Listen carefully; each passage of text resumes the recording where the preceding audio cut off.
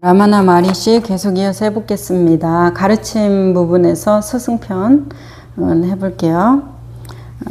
사실상 신과 스승은 다르지 않다. 호랑이의 입안으로 굴러 들어간 먹이가 다시 도망칠 수 없듯이 스승의 은혜라는 찬란한 빛 아래로 다가온 제자는 결국 구원을 얻게 되며 버림받지 않는다. 그러나 그러기 위해서는 제자가 스승이 제시하는 것을 반드시 따라야 한다. 스승의 관점에서 보면 제자란 존재하지 않지만 제자의 관점에서 보면 스승의 은혜는 바다와 같다. 그러나 컵을 가지고 스승에게 가는 제자는 스승에게서 컵만큼을 얻을 것이다. 바다의 인색함을 탓해봐야 소용이 없다. 그릇이 크면 클수록 많이 담을 수 있을 것이며 그것은 전적으로 제자에게 달려있기 때문이다. 자, 이 부분이 그 화엄경에 나오는 그 하늘에서 내리는 보배비 이야기가 생각나는데요. 하늘에서는 보배비가 내리죠. 어떤 법비, 보배의 비가 자연이 설법하고 만물이 설법한다고 하니까요. 법의 비가 하늘에서는 무차별적으로 내리고 있어요. 비처럼.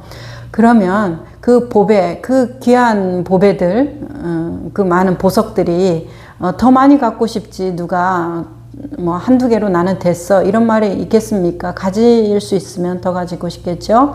그럴 때 우리가 그것을 더 많이 갖기 위한 방법은 뭐예요? 큰 통을 들고 가면 되는 거 아니에요? 그런데 그냥 아무 조건 없이 내리니까 내가 통만 들고 가도 통도 없어도 손바닥으로라도 대고 있으면 보배 그것들을 그래도 받아올 수 있는데 받아올 수 없는 사람이 두 사람 있다 그래요. 그러니까 이제 뭐예요? 통을 들고 갔는데 거꾸로 들고 있는 사람들, 이런 사람이 받아올 수 없는 사람들이겠죠. 자, 받고 싶은데 받을 수 없는 거, 안 받겠다고 하면 자기의 선택이니까 그거는 내버려 둔다 치지만 나는 정말 간절해. 나는 정말 이거를 깨닫고 싶어, 얻고 싶어, 갖고 싶어. 그런 마음인데 얻을 수 없는 사람은 어떤 사람이에요? 그릇을 들고 갔는데 얻을 수 없는 사람은 뒤집어져 있는 사람이에요. 뒤집어져 있는 것은 뭐예요? 현실 세계에서는 듣지 않는 사람. 아무리 예수님 부처님이 옆집에 살면 뭐합니까? 맨날 눈 뜨면 코 닿는 데서 계시면서 설법하고 그 온몸으로 그 수행자의 모습과 깨닫는 자의 모습을 보여주면 상상만 해도 그런 분 옆에서 살았으면 좋겠다 하는 마음이 드는데 말하면서도 어쨌든 그렇게 옆에 계신다고 해도 이 사람이 내가 듣지 않고 보지 않으면서 내 생각대로 보고 내 이념대로 판단하고 나의 고정관념으로 그 사람을 보면 그분이 보이겠어요? 쓸데없는 짓 하네. 내가 믿는 어떤 종교로 와야 되지. 이런 생각하지 않을까요? 부처님 제세시에, 예수님 제세시에 그렇게 지금은 우리가 위대하다고 떠받드는 성인이지만 모든 사람, 그분들이 가는 발길마다 모든 사람이 탐복해서 엎드리지 않았잖아요. 왜요? 자기들의 고정관념과 이념과 사상이 있는 것이죠. 자기의 잣대로 그분들을 평가하는 것이죠. 그랬을 때 그릇을 거꾸로 들고 있다라는 얘기예요. 듣지 않는다. 내가 다 알아? 난 다 몰라. 듣기 싫어. 이 말이잖아요. 그런 사람에게는 하늘에서 보배의 비가 내린다고 해도 그들은 받을 수 없다라는 어떤 슬픔의 말씀, 경전 구절이 생각났습니다. 화엄경에 있었던 내용이 어떤 품인지는 기억이 안 나네요. 자, 스승편에서 스승이라는 말을 넓게 사용하여 영적인 가르침을 주는 사람이면 누구라도 스승이라고 할 수 있지만 라마나 마하리시는 이 스승이라는 말을 상당히 제한해서 사용했다. 그에게 있어서는 진정한 스승이란 진화를 깨달은 자이며 깨달음을 향하여 나아가는 사람을 도와줄 수 있는 힘을 사용할 수 있는 자이다. 깨달음으로 가고자 하는 거의 모든 사람에게 스승이 필요하다는 것은 라마나의 기본적인 가르침 중에 하나이다. 아주 드문 경우를 제외하고는 영적 진화에 있어서 스승의 촉매적 역할이 대단히 중요하다. 왜냐하면 대부분의 구도자들의 경우 진화에 대한 무지의 뿌리가 너무 깊어서 그들 자신만의 노력으로는 그 무지에서 벗어날 수가 없기 때문이다. 그래서 라마나는 깨달음으로 가는 데 있어서 스승의 역할이 필수적이라고 가르쳤지만 동시에 자신이 진정으로 깨달음을 추구하지 않는 사람에게는 스승은 아무런 도움이 되어줄 수 없다고 하였다. 진화를 찾기 위해 진지한 노력을 할 때 스승의 은혜와 힘이 자동적으로 흐르기 시작하지만 그와 같은 노력이 없으면 스승도 어쩔 수 없다는 것이다 라고 나와요. 자, 어떤 경전에서 부처님과 부처님의 그 수발 종자 아난다의 대화입니다. 아난다가 어느 날 그 승가를 바라보면서 부처님 참으로 이렇게 만족스럽습니다. 이렇게 승가가 있고 스승님이 있어서 이 길에 반절이 그냥 저절로 가는 것 같습니다. 저절로 아무 노력도 안 하고 가는 것 같습니다. 저절로 수행이 저절로 되는 것 같습니다. 이제 이렇게 말했더니 그렇지 않다. 그렇지 않다. 스승과 이 도반이 있는 거, 이 승가가 있는 이 도반과 스승이 있는 이 자리가 전부다라고 말씀하셨어요. 전부다. 그러니까 여기에서 라마라가 모든 사람에게 스승이 필요하다. 승가와 도반이 필요하다. 이런 말이나 같은 말이잖아요. 비슷한 말이잖아요. 전부다. 이 길을 가는 데 있어서 전부다 이렇게 말씀하시는 거. 그리고 다른 어떤 가르침의 전통에서도 어서 스승을 찾아라. 너를 안내해 줄 어떤 존재를 찾아라. 이제 그것이 한시바삐 가장 급한 일이다. 이제 이런 식으로도 들어본 적이 있는 것 같고, 이제 그러기 때문에 뭐 비슷한 맥락으로 우리가 이해할 수가 있겠어요. 그런데 이제 이런 공부를 같이 마음 공부를 나누다 보니까 어떤 분이 저에게 이런 말씀을 한 적이 있어요. 좋겠다고. 뭐가 좋겠는 건가요? 이렇게 여쭤봤을 때, 그래도 마음이 좀 편안하지 않으시겠어요? 우리는, 어떤 일에 대해서, 괴로움, 수행적인 관점, 이런 거를 잡기 위해서 도움을 받고 있다라는 것은 그래도 안내를 하는 입장이기 때문에 당신은 조금 더 편안한 입장이 아닌가.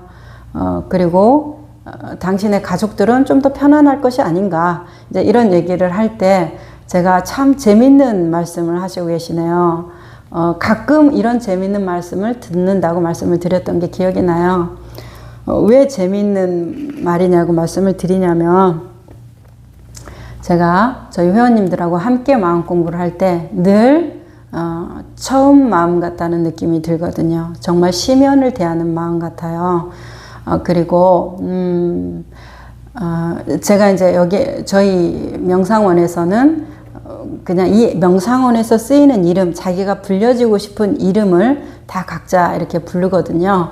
그랬을 때 저는 처음이라고 불러달라고 말씀을 드려서 처음이라고들 불러주시는데, 알파요 오마이가 이런 처음이냐고 어떤 분이 그러신, 제정신입니다. 제가 그런 의미가 아니라 그냥 처음 마음을 잊지 말자. 심연을 대할 때의 그 두려움을 잊지 말자. 그리고 처음 뵙겠습니다.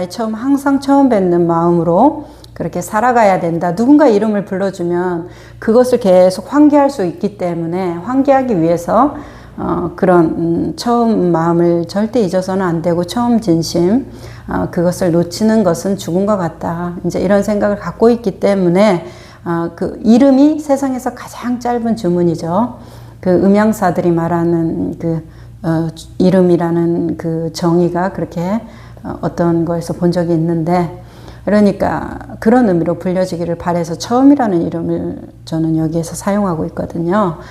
그럴 때 그분이 왜 그렇죠? 그래도 익숙하고 말하는 거 보면 또 그럴듯하고 그렇기 때문에 전혀 그런 어려움이 없을 것 같은데, 왜 그렇게 느끼는지 의아해 하실 때 제가 이런 말을 했어요.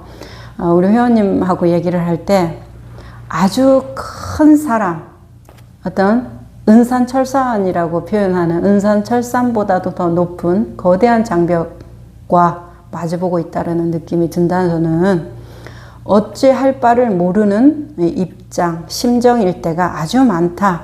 그래서 끊임없이 생각하고 산책할 때 기분 좋아서 그렇게 하는 게 아니라 정말 뭐래요?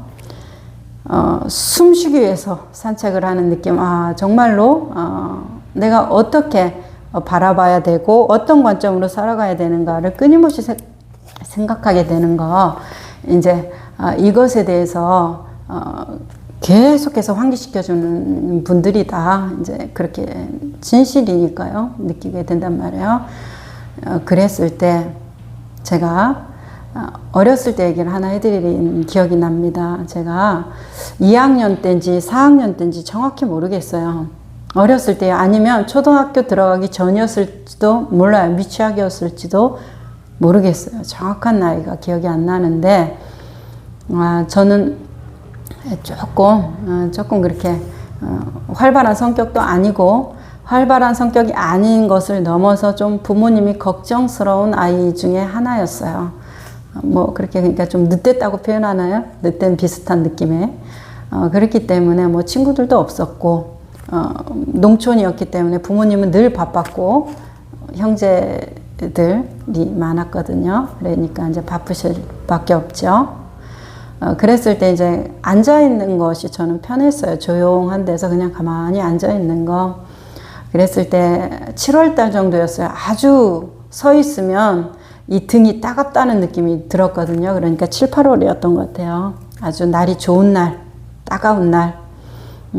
정우에 그 지붕에 슬레이트 지붕 이렇게 내려오면 그 밑에가 그늘이 져서 시원했거든요. 밑에가 넓다란 그 바위 같은 그런 것이 있었고, 그래서 거기 앉아 있으면 아주 시원하고 좋았단 말이에요. 지나가는 사람들도 보고 지나가는 뭐 경운기나 오토바이 이런 것들도 보고 그냥 그렇게 멍하니 앉아 있는 일상이 아주 많았는데, 저는 어느 날 그렇게 앉아 있다가 길이 도로변이 아니에요. 도로변에서 나와서 옆에 집 옆에 있는 담벼락에 앉아 있는 거니까.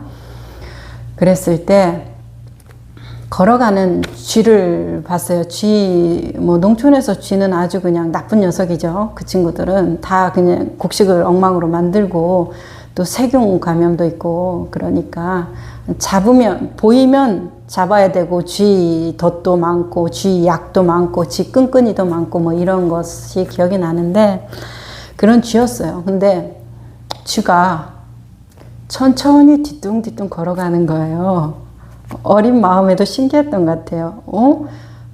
왜 쏜살같이 걸어가지 않고 왜 뒤뚱뒤뚱 가지? 그렇게 해서 자세히 보니까 배가 이렇게 불룩 나온 거예요. 그러니까 아마 곧 출산한 쥐인 거예요. 그러니까 어린 마음에도 그 아이가 임산부인 걸 알았던 것 같아요. 그래서 어떻게 저하고 눈이 마주쳤는데도 그냥 아주 힘겹게, 자기 형편이 아주 힘겨운 것이죠. 힘겨워서 막 이렇게 걸어가더라고요. 그래서 차마 손으로는 만질 그런 거는 없고 용기는 없고, 삽으로 이렇게 살짝 흙까지 해서 살짝 뜨니까 뭐 쥐가 얼마나 무겁습니까? 그러니까 삽으로 살짝 뜨니까 거기에 그냥 걔가 헉헉거리면서 있는 거예요. 도망쳐야 되긴 한데 자기 몸이 형편이 그런 것이죠. 그래서 저희 집에서 조금 한 2, 30분 가면 바다가 있거든요. 그러면 바다에서 이렇게 망태기인가? 그런 것들이 있어요. 그렇게 이제 바다에서 이렇게 물고기를 잡기 위해서 하는 그런 것들이 있어서 크거든요. 그게 이렇게 길쭉한 것도 있고, 그래서 그 안에다가 그 녀석을 넣어줬어요. 넣고 쌀을 조금 넣어줬어요. 뭔가 들어본 풍월이 있죠. 그러니까 음식을 줘야 한다는 그런 생각을 했었던 것 같아요. 그렇게 하고 그렇게 하고 다음 날이었던가 봐요. 다음 날 가족들이 불러서 나갔는데, 여기에 이렇게 거기 쥐가 죽어 있는 것을 보고 사람들이 그러니까 언니와 오빠들이, 부모님이 저를 칭찬을 하면서 어떻게 쥐를 이렇게 잡아서 죽일 생각을 했느냐, 여기에 가둬서 그런 생각을 하면서, 그런 말씀을 하면서 그러니까 이제 그 쌀에다가 무슨 아마 쥐약을 뿌리신 것 같아요. 아버지가 뿌렸을 것 같아요. 그걸 먹고 다 죽어 있더라고요. 그러니까 이제 그것을 제가 이제 거기 안에 넣어놨다는 것을 알게 되시면서 저녁에 이제 언니한테 말한 것을 듣고 그걸 알고 그렇게 해서 얘네들 싹 죽인 것이죠. 그러면서 제가 태어나서 제 기억에 처음으로 칭찬을 들어본 것 같아요. 늦대니까 항상 걱정스러운 딸이었는데 처음으로 칭찬을 들었는데 그 엄마쥐하고 애기들이 다 죽어 있잖아요. 출산을 했어요. 그러니까 그때가 아마 출산이 아주 임박했던 때였던가 봐요. 출산을 하고 준 그 모이를 먹고 죽은 것이에요. 그래서 제가 생애 처음으로 들은 칭찬이고 언니들도 야 그래도 우리 동생이 부모님도 아유 그래도 우리 딸이 그렇게 또 이렇게 약은 구석이 있구나. 당하지만은 않고 살겠구나. 뭐 이런 칭찬들이었는데 저는 그때 그 느낌 장녀라는 그 태양의 뜨거운 느낌을 잊을 수가 없습니다. 그러면서 말했어요. 저는 죽일 생각이 없었다고. 그리고 절대로 이상한 음식을 주지 않았다고. 그런데 아무도 제 말을 듣지 않는 거예요. 잘했다라고 칭찬만 하고 있는 거예요. 그랬을 때 그 느낌이 뭐였냐면 저희 식구들이 어마어마하게 큰 존재들 같더라고요. 그러니까 그들은 거인이고 나는 소인이어가지고 내가 하는 소리가 그 사람들 귀에 안 들린다는 느낌이 드는 거예요. 아무리 소리쳐도 들리지 않는 것 같은 느낌이 드는 거예요. 그러면서 이제 마음속에서 두려움, 나는 정말로 그것을 원하지 않았지만 이런 일이 일어날 수 있다는 것에 대해서 굉장히 그때부터 조금 위축됐던 것 같아요. 가뜩이나 별로 상태는 좋지 않은데 위축됐고 그거에 대한 어떤 보상심이었겠죠. 뭐 죽어있는 새라든지 뭐 그런 애들은 묻어주기 시작했어요. 자, 여기에서 제가 얘기하고자 하는 것은 저희 그 회원님들하고 만날 때 그때 그 뜨거운 그 등이 제 뒤쪽이 그 뜨거운 그 느낌 햇볕에 탈 것 같은 그 느낌 그 느낌을 느낄 때가 아주 가끔 있거든요. 그분의 생각에 사로잡혀서 나는 정말 이래요 라고 얘기하는 그 모습을 볼 때 어찌할 수 없다라는 그 어떤 그때 어렸을 때 그 느낌을 그대로 느끼는 기분이 들어요. 그랬을 때 그분이 엄청나게 크게 느껴지는 거예요. 제가 어찌할 수 없는 어떤 두려운 존재 같은 느낌, 이런 어떤 답답한 벽을 어떻게 넘어갈 수 없는 벽 같은 느낌, 그런 느낌을 받을 때가 있다. 그러니까 어떤 자기 수치심으로부터는 조금 형편이 나아졌을 수 있지만 내 마음 상태는 그렇다고 해서 뭐 그렇게 좋아진 형편이냐?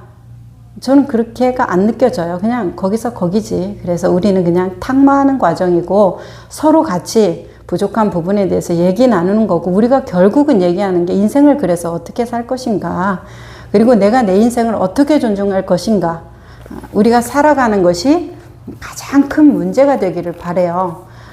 깨달음이 가장 큰 문제 어떤 뭐 남들보다 더 인정받는 것이 가장 큰 문제가 아니라 그냥 이 삶을 어떻게 경험하고 체험하면서 살아갈 것인가 이제 그 문제가 가장 큰 저에게는 화두고 문제고 그리고 그것을 나누는 것이 이제 저의 일이고 이제 이렇게 되는데 그렇기 때문에 뭐 이런 얘기를 하고 그분한테 그래요? 어때요? 좋아 보이세요? 형편이 나아 보이세요? 회원님하고 저하고 제가 조금 교만해질 만한 그런 게 좀 있어 보이세요? 그랬더니 그분이 아휴 참 다 어렵게 삽니다. 그래요? 이렇게 말씀을 하시는 것에 대해서 그렇죠? 정말 그렇습니다. 이런 마음이 들었다 이 말이에요. 자, 계속 읽어볼게요. 진화를 찾기 위한 노력을 하면서 기대할 수 있는 스승의 은총이란 무엇입니까? 어떻게 그것이 깨달음에 이르게 합니까? 자, 스승은 진화다. 인간은 때로 자신과 자신이 가지고 있는 것에 대해서 불만을 느끼고 신에 대한 기도를 통해서 자신의 욕망을 만족시키고자 한다. 그러다가 그의 마음은 점차 순화되고 신을 알고자 열망하게 되고 자신의 세속적인 욕망을 만족시키기보다는 신의 은총을 얻고자 한다. 그때 신의 은총이 나타나기 시작한다. 이렇게 말씀하시네요.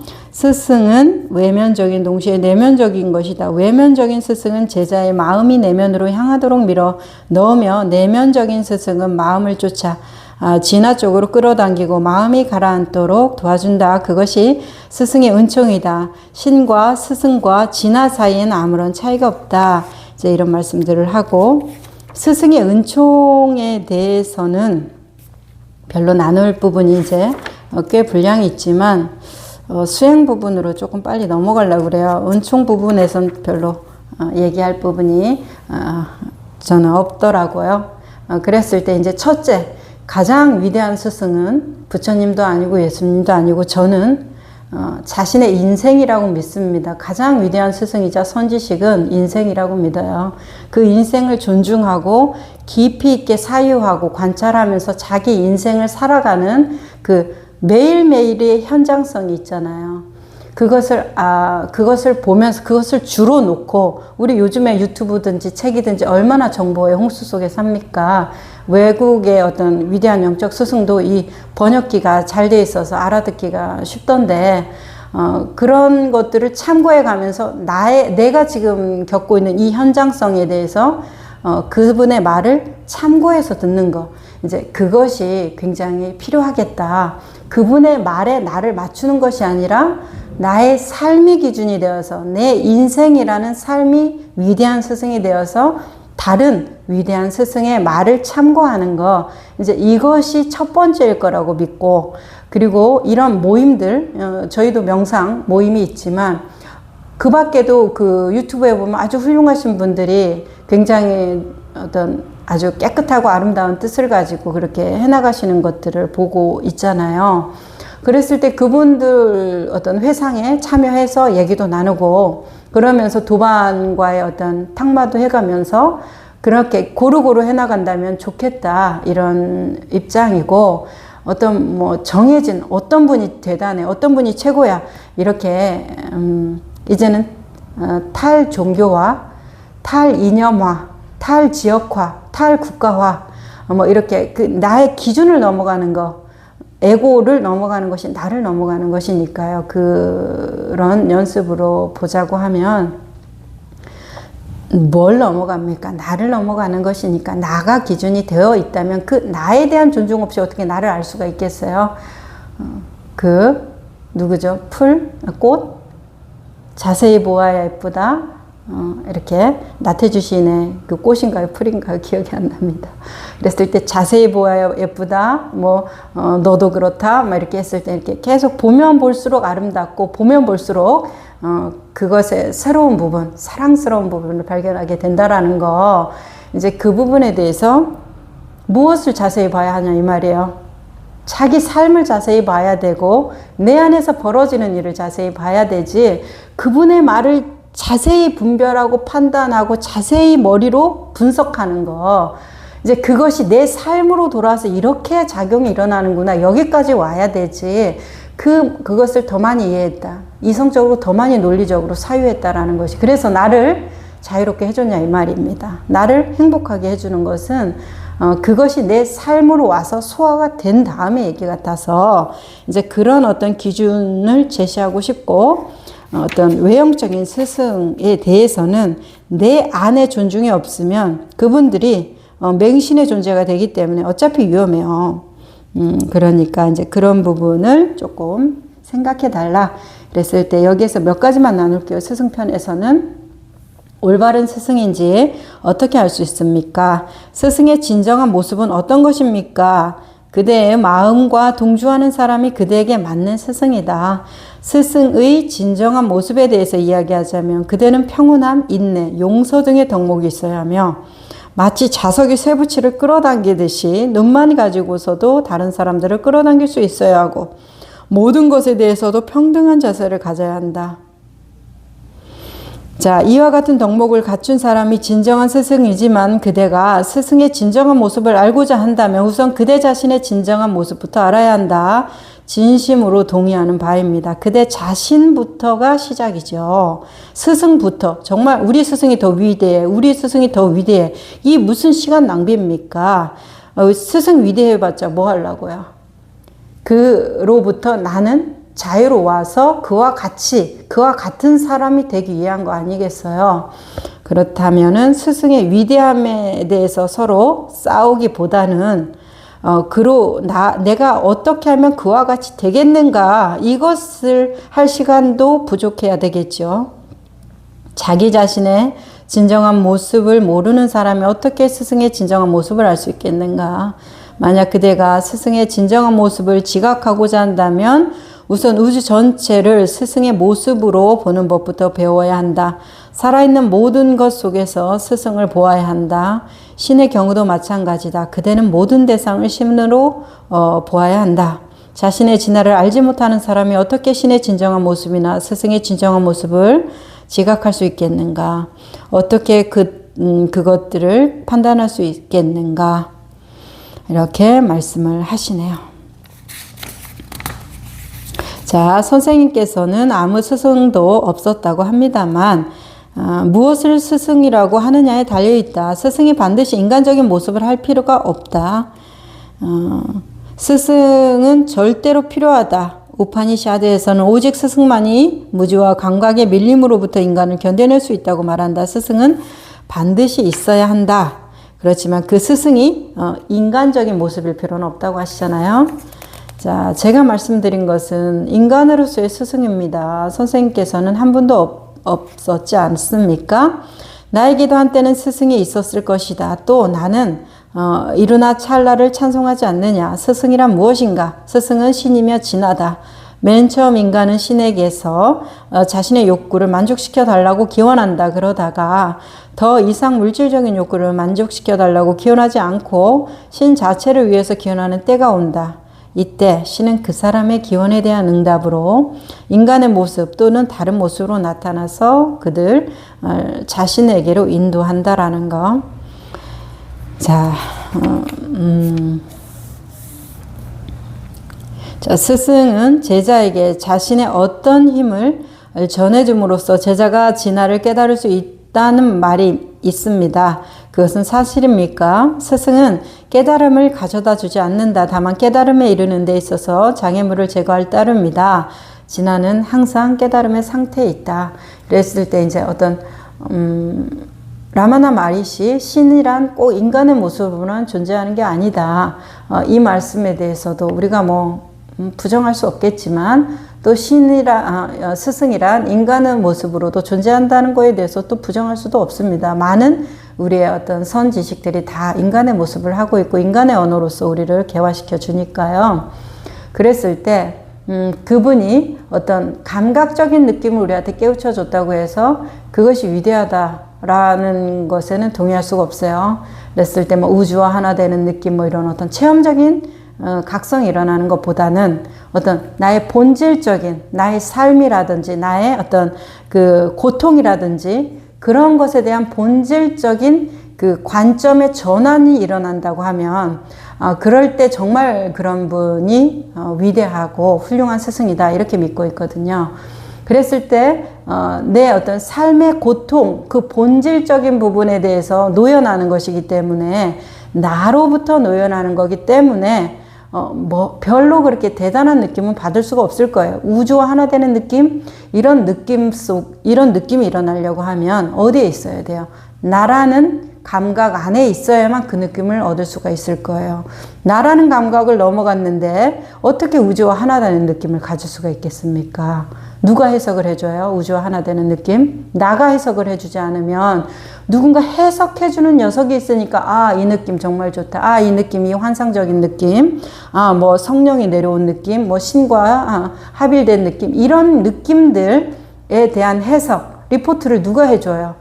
에고가 해주는 것이잖아요. 그러면 에고의 범위 안에 있다고 보여지기 때문에 느낌에 속지 말라고 말씀을 자꾸 드리는 것이죠. 그러면 느낌을 진짜 넘어가면 이 느낌을 해석해 줄 수가 없기 때문에 그저 어때요? 편안하다, 고요하다, 자유롭다, 그 정도의 감각을 가지게 된다라는 것이죠.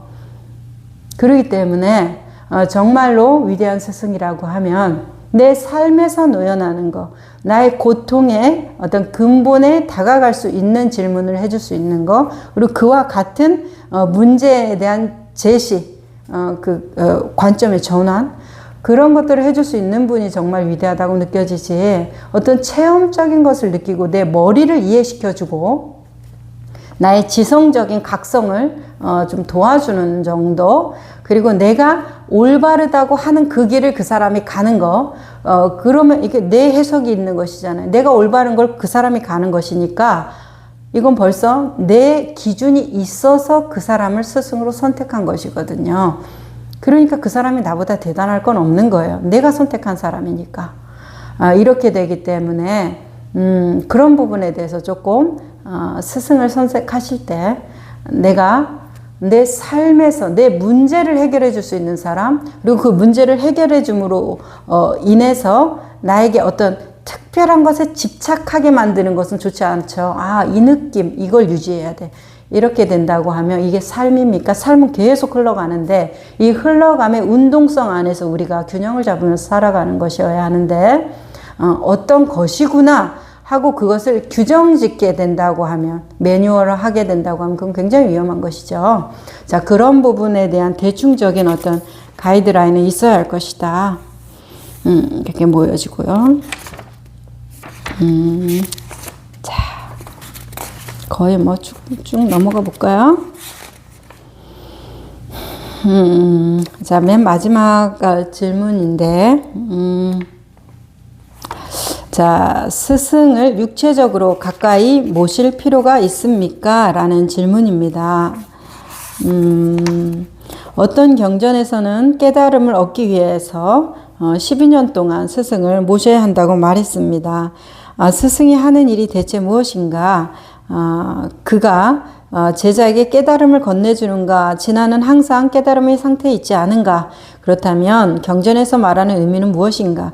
인간은 항상 진화이지만 그 사실을 모르고 있고 자신을 진화 아닌 것 또는 육체와 혼동하고 있다. 이 혼동은 무지 때문이며 무지가 제거되면 혼동도 사라지고 진정한 지혜가 드러날 것이다. 깨달은 스승과 계속 접촉을 유지함으로써 무지는 점차 그리고 완전히 제거된다. 그래야 영원히 진화가 드러난다. 다음 시간에는 가르침 이렇게 하면 될 것 같고요. 자, 어떤 분께서 질문을 조금 같이 얘기해보자 하신 것을 주셔서 좀 준비해 봤는데요.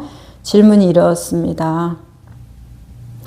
자, 사랑하는 사람과 만났으니 즐겁고 미운 사람과 헤어졌으니 즐겁고 세상에는 즐거운 일이 너무 많은데 사랑하는 아이가 잘 크고 건강하게 잘 크면 즐겁고 승진을 하면 또 즐겁고 이렇게 행복한 것이 얼마든지 많은데 왜 부처님은 무상고 무아 이 세상이 고통이다. 뭐예요? 그 반야신경에도 첫 번째 관자재보살 행심 반야 바라밀다시 조견 오온 개공도 일체 고액. 그래서 일체가 고액 고통과 액난이다. 일체가 고통이다. 이렇게 말씀을 하시잖아요. 그러니까 왜 고통만 괴로운 것만 말하는가? 이것에 대해서 이제 경전에 이렇게 나와요. 이런 질문에 대해서 당신은 정말 어리석은 사람이다. 나 역시 젊은 건강과 청춘이 좋은 것을 안다. 생명이 영원하면 얼마나 좋겠는가? 그러면 영원한 것은 어디에 있는가? 당신의 즐거움은 아침 광명과 저녁의 어둠과 같다.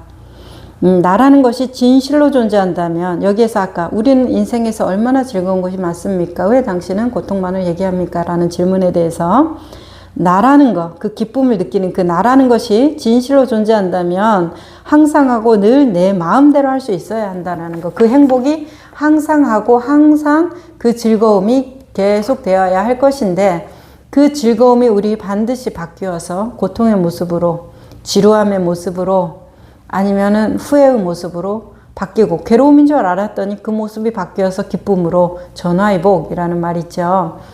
그렇게 되어 모습이 계속 변해 간다라는 것이요. 그래서 왜 내 마음대로 할 수 없는가? 자, 이제 이런 말씀을 하세요. 자, 어떠세요? 인생을 우리가 바라보는 관점에 대한 이야기들일 것 같아요. 인생을 바라보는 관점들에 대해서 조금 크게 나누면 한 3가지 정도 되지 않을까 싶어요. 약간 내가 해결할 수 없기 때문에 어떤 무의식적인 어떤 대상, 신이든지 초월적인 어떤 대상, 절대적인 어떤 대상, 무의식도 초월적인 어떤 대성화된 것이죠. 그런 것들.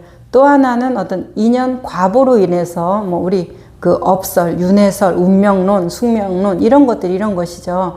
뭔가 내가 이렇게 했으니까 이렇게 결과를 맺는 거. 이제 이런 식의 어떤 관점. 또 하나는 그냥 우연의 일치고 그냥 뭐 살아가는 게 그냥 다 이런 식이고 뭘 생각할 필요가 뭐가 있어. 그냥 그런 일이 일어나는 거지. 운칠기삼이지. 뭐 이런 식의 그런 대체적으로 보면 이런 부류에서 거의 다 들어맞는 것 같은데, 자, 그랬을 때 뭔가 내 삶의 문제, 내 자율성의 문제와 내가 잘못을 한 것과 잘못하지 않은 것, 내가 의도한 것과 의도하지 않은 것, 인과적인 것이죠. 그런 것들의 어떤 귀속 문제, 그것이 조금 내가 바라보는 그 관점을 그걸 어떻게 해석할 것인가, 내 욕망에 대한 해석인 것 같아요. 결국은 내 욕망에 대한 해석을 조금 초월적인 것으로 놓고 볼 것이냐, 내 욕망에 대한 해석을 조금 업이나 윤회나 숙명, 운명으로 놓고 볼 것이냐, 내 욕망에 대한 해석을 뭐 우연의 일치다, 이런 식으로 볼 것이냐, 이제 이런 문제들에서 조금 아까 인생이 이렇게 즐거운 것인데 왜 우리는 고통만을 논해야 되는가에 대해서 이제 어떤 경전 말씀은 이것이 무상하기 때문에 재행무상이라고 말씀하시죠. 재행, 모든 행하는 것, 짓는 바, 모든 짓는 바는 항상 하지 않다, 늘 하지 않다, 있기는 있잖아요.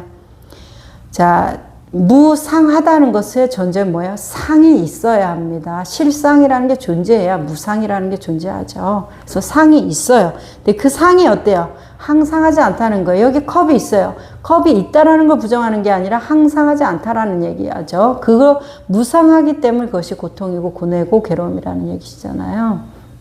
그랬을 때 이와 같은 어떤 내 삶의 원리를 우리가 뭐 무상고 무아, 제법 무아, 재행무상, 뭐 일체계고 이런 거를 몰라도 우리가 삶에서 끊임없이 이런 문제에 부딪힌다는 말이에요. 제가 어린 날에 그 엄마쥐와 아가들을 죽일 생각이 없었지만 그런 일이 벌어졌고, 그것에 대해서 어떤 내 생애 최초에 들었던 칭찬이 내가 결코 바란 적 없었던 그런 일들로 인해서 내가 칭찬을 듣게 되었고, 그것이 나에게 고통이었더라. 그런 일들에 대해서 나의 어떤 성격 형성이 다른 사람에게 그렇게 마음에 없는 진실된 칭찬이 아니면 그냥 침묵하는 걸로 선택하고, 다른 사람의 칭찬에도 그렇게 부안해동을 하지 않는 저를 볼 때 제가 그런 어떤 뭐 욕구가 없어서가 아니라 다만 그런 어떤 그런 시기를 거치면서 나의 잠재적인 의식은 고통이었다라는 것이에요.